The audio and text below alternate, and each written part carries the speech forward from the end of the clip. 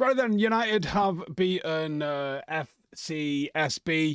on the road in Europe. Final game of the league stage or the group stage. I'm not sure how we call this just yet. We beat them 2-0. Clean sheet, bonus, plus, like that. We was very close to them rattling one in, mind. But they didn't. Clean sheet. Job's a good one. Not sure Bayindir had a hell of a lot to do outside of the one that he got nowhere near, mind. But it's a clean sheet. We did create some chances. It was a very, very slow boil of a game on it. It was a sort of game that kind of really had to work its way in, if you like. Does that make sense? It started off at a very slow pace. You could call it a deliberate pace. And I think I've seen this with Amorim and Amorim's football since he got here. The difference in, you could call it methodical, you could call it slow, depending on how you view it. I think methodical is probably the right kind of angle for it. I reckon anyway.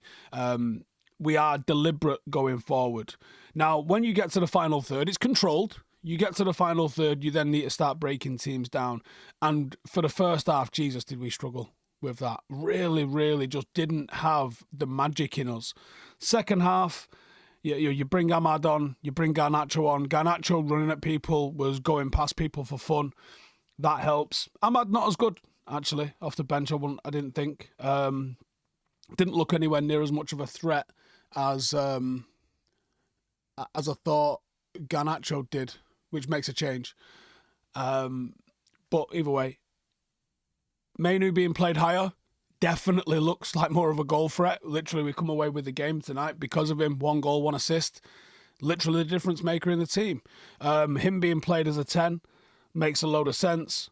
Bruno being played further back currently makes sense. Don't know if that's a long-term fix or if you maybe need to have both of him and Mainoo swapping and rotating more often to sort of get the best out of them. Or does he end up maybe reverting to almost like a 3 where someone gets the license to go forward, but someone will always go back in and cover and move that 3 up front to a 2 up front? Don't know. We'll have to see. The positions aren't as fixed in formations like this as they are in 4-2-3-1s, for example. But yeah, I thought the game ended great. The last 5 minutes I thought it was quite exciting, but send a glass eye to sleep in the first half. I think, a bit of a change of personnel. Maybe come out with a little bit of confidence in the second half. And after we got might have been the first, it might have been the second goal, but either way, after we found ourselves in front, United started playing with a little bit of flair. And that's been lacking. Maybe it was an instruction at half-time. Maybe that was why we ended up breaking the deadlock early in the second half in the first place. Maybe the gaffer had told them, lads, it's time to start going one touch. Going one touch in the final third is the move. You can have control and you need control. If you start going one touch in your own third, you've got problems. The middle third, you still want to be playing on 2, really. Keep it moving, but take a nice touch, then send your pass with precision, with knowledge of where it is. And then when you go one touch, sometimes when you go one touch, your pass completion is going to go down. You're going to give it away a little bit more. But you play with that little bit more risk, put the ball in front of people, and you start breaking in beyond. And I felt like that was the difference for us between the second and the first half. Yes, personnel. Yes, this, that, and the other. But I think the biggest difference was going one touch. That's the tempo that you've got to play at to create chances, because we did create chances in this game. It's not like we've scored 2 and come away with being like, yeah, we scored 2, but I don't know how we created them. We did create chances. There was opportunities that people should have done better with. Mainoo himself probably should have been the one that opened the deadlock earlier with the shot that he blazed over the bar first half. But yeah, there was a levelling up in terms of the tempo, in terms of and I think that comes from confidence. Now on the negatives,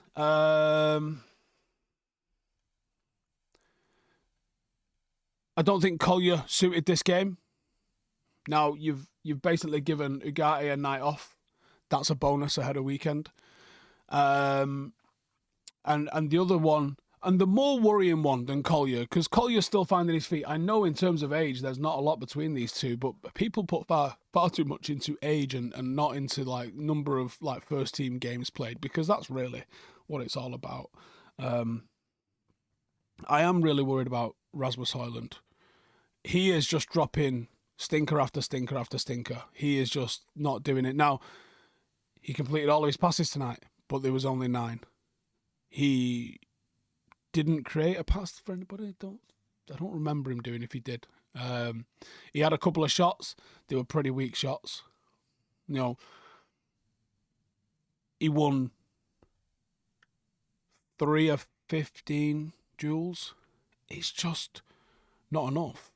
You know, he lost possession almost as many times as he completed a pass. You know, people talk about Bruno losing it 20, 22, 23, I think it was 24 today, times. But Bruno had like 112 touches. Rasmus is losing it like a third of the times he gets it. He's got to offer more. He's got to do more. He's got to produce more. He's got to score more. I was chatting with some of the lads in a group chat today, and I feel like, what's he scored in the last, this season, what's he on, like five goals, something like that? 7? I reckon if you broke it down per number, it's probably a similar sort of number to what Weghorst was getting us. And, you know, he actually offered up a little bit of link play, and you could be trusted to play the ball into him. I am very worried about Højlund. Very worried about him.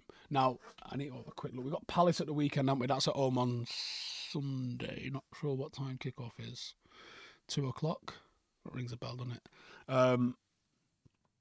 That is another opportunity for United to get 3 points on the board, and that would be 4 wins on the Mounts, if you manage to do that. That starts to feel like momentum. That starts to feel like some form building. That starts to feel like some confidence. But yet we sit here still, 30th of January, no confirmed signings. You're asking Ruben Amorim to go to battle and tying one hand behind his back.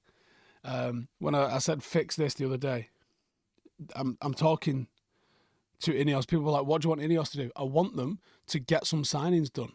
And I want them to be able to move people on. That's why you put those people in the football positions. I fully understand the financial constraints and situation that this club finds itself in.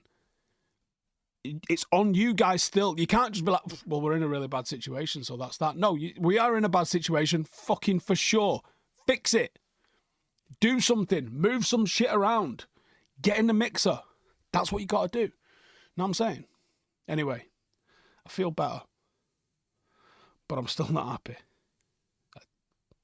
There's a long way to go before we're going to be potent.